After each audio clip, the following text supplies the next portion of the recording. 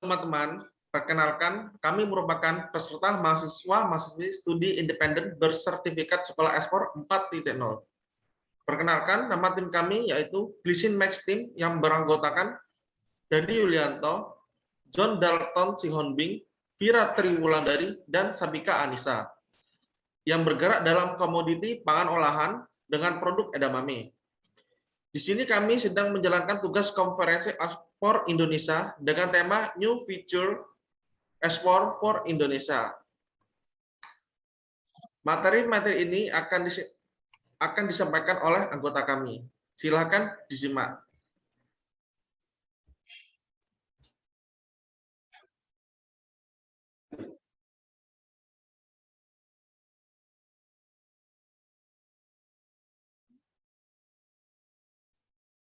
Konferensi Ekspor Nasional 2021 adalah serangkaian pertemuan yang membahas mengenai ekspor dan dilakukan secara online, mulai tanggal 30 September sampai dengan 2 Oktober 2021.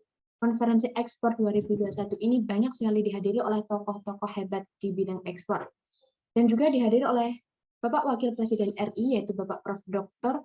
H.C. Kiai Haji Ma'ruf Amin.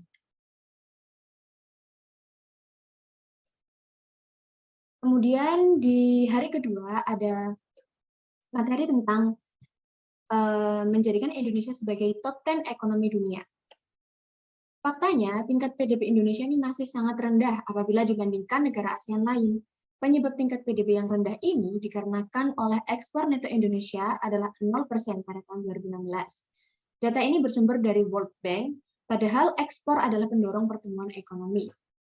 Salah satu upaya untuk mencapai target making Indonesia top 10 ekonomi dunia adalah dengan menjaga kontribusi ekspor neto sebesar 10%. Dan persentase ini pernah dicapai pada tahun 2000. Kemudian program Making Indonesia 4.0 dapat membantu Indonesia untuk meningkatkan daya saing di pasar ekspor. Beberapa solusi dari pemerintah untuk meningkatkan daya saing ekspor adalah dengan memberikan fasilitas kemudahan impor tujuan ekspor, kemudian adanya insentif harga gas bumi tertentu, kemudian kerja sama perdagangan internasional dengan dibentuknya penugasan khusus ekspor atau PKI.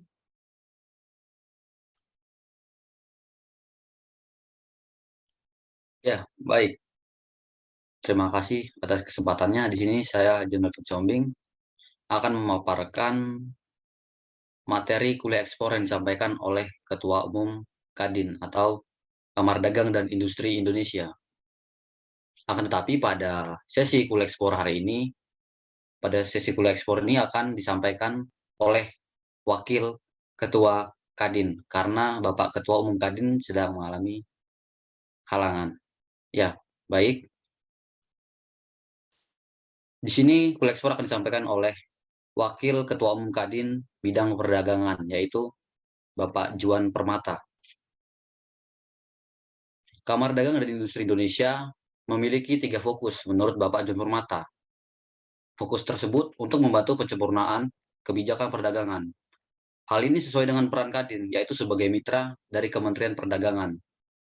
Semua anggota Kadin dan Balitbang Kadin memiliki sebuah persamaan, yaitu mereka berorientasi pada pembangunan perekonomian nasional. Cara yang dapat ditempuh dalam membangun perekonomian nasional ini dapat ditempuh dengan melakukan penguatan di sektor pengembangan ekspor nasional, sektor perdagangan luar negeri, sektor perdagangan dalam negeri, sektor perundingan perdagangan internasional, dan perlindungan konsumen, serta sektor ditertib niaga. Ya, mungkin boleh di next slide-nya, Mbak.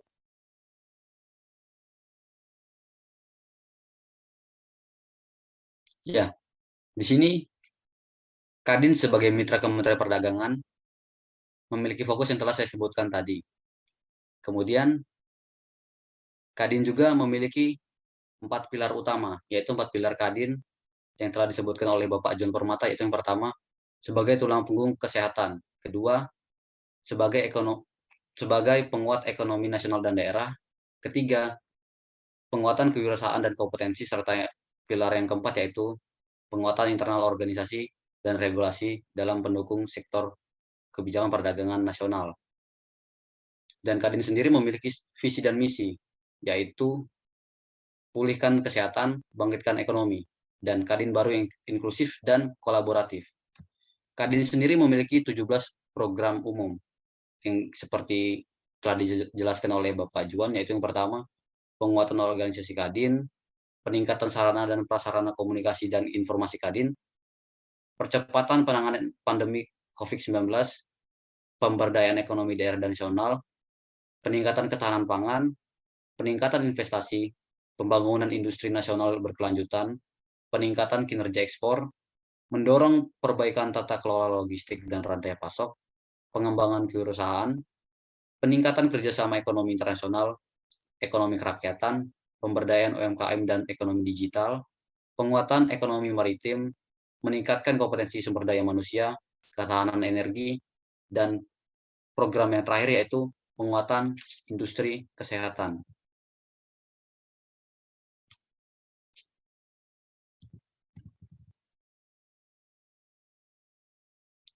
Ya, mungkin bisa next slide, Mbak.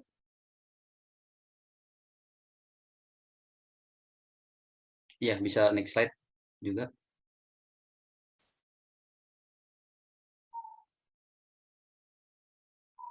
Dan Kadin pun memiliki sebuah kegiatan ataupun kebijakan dalam waktu jangka pendek, yaitu yang pertama, pengaturan tarif atas bawah terkait operator di Indonesia. Jadi pengaturan tarif ini sangat membantu bagi seluruh masyarakat yang bekerja di dalam sektor UMKM. Kemudian program yang selanjutnya itu pembentukan aliansi pelayaran Indonesia, dan ini sangat jelas. Ini bersinggungan langsung dengan sektor pelayaran di Indonesia. Yang ketiga yaitu menghidupkan industri kontainer, keempat peningkatan ekspor, dan kelima pemahaman kompetitif sektor Indonesia dengan negara lain, dan yang keenam yaitu multilateral dan bilateral agreement SWOT atau sharing weakness, opportunity, dan threats. Oke, bisa untuk materi selanjutnya disampaikan oleh Mbak Bika. Baik, terima kasih atas waktu yang telah diberikan. Selanjutnya saya Sabika ingin menjelaskan mengenai kuliah ekspor Menteri dari KKP. Berikut adalah poin-poin yang dijelaskan.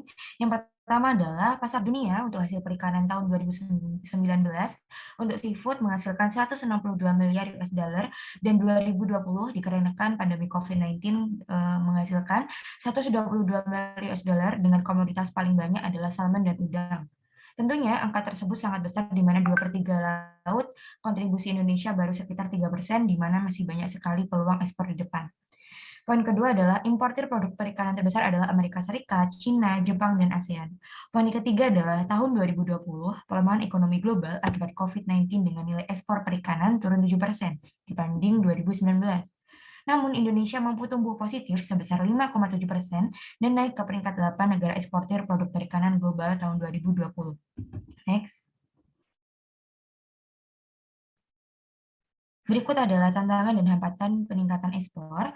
Yang pertama adalah tarif, yaitu pengenaan tarif tinggi, yaitu lebih besar 15%, dan tarif eskalasi, yaitu tarif produk, olahan, dan tarif bahan baku di negara tujuan ekspor. Ada non-tarif, yaitu persyaratan semakin ketat, mulai dari standar mutu, sustainability, non-EUV, etik, dan animal welfare. Terus ada logistik akademik pandemi COVID-19, yaitu disrupsi perputaran kontainer berpendingin, ada pengurangan jadwal pelayaran dan jumlah armada oleh mainline operator, dan ketidakpastian kuota space kontainer. Next.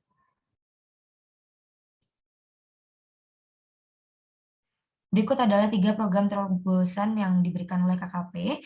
Yang pertama adalah peningkatan penerimaan negara bukan pajak atau PNBP dari sumber daya alam perikanan tangkap untuk kesejahteraan nelayan. Poin selanjutnya ada pembangunan kampung-kampung perikanan budidaya tawar, payau, dan laut berbasis kearifan lokal. Poin selanjutnya adalah pengembangan perikanan budidaya untuk peningkatan ekspor yang didukung riset kelautan dan perikanan. Next.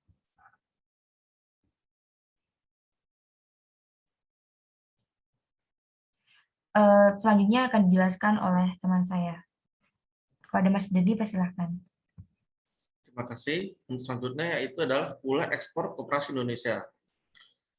Bapak Teten Mas Duki selaku Menteri Koperasi dan UKM RI sangat mendukung dengan diadakannya kegiatan konferensi ekspor nasional. Beliau juga menyoroti kepada golongan muda, terutama pada mahasiswa-mahasiswi untuk dapat menciptakan lapangan kerja secara mandiri. Hal itu dapat dilakukan dengan berwirausaha. Beliau mengatakan bahwa mahasiswa dan masyarakat secara umum dapat memaksimalkan potensi yang dimiliki pada setiap daerah untuk mendukung pertumbuhan UKM di setiap daerah. Sekian pemaparan materi dari tim kami.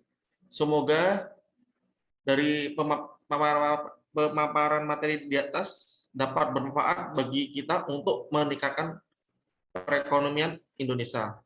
Salam ekspor, salam Indonesia.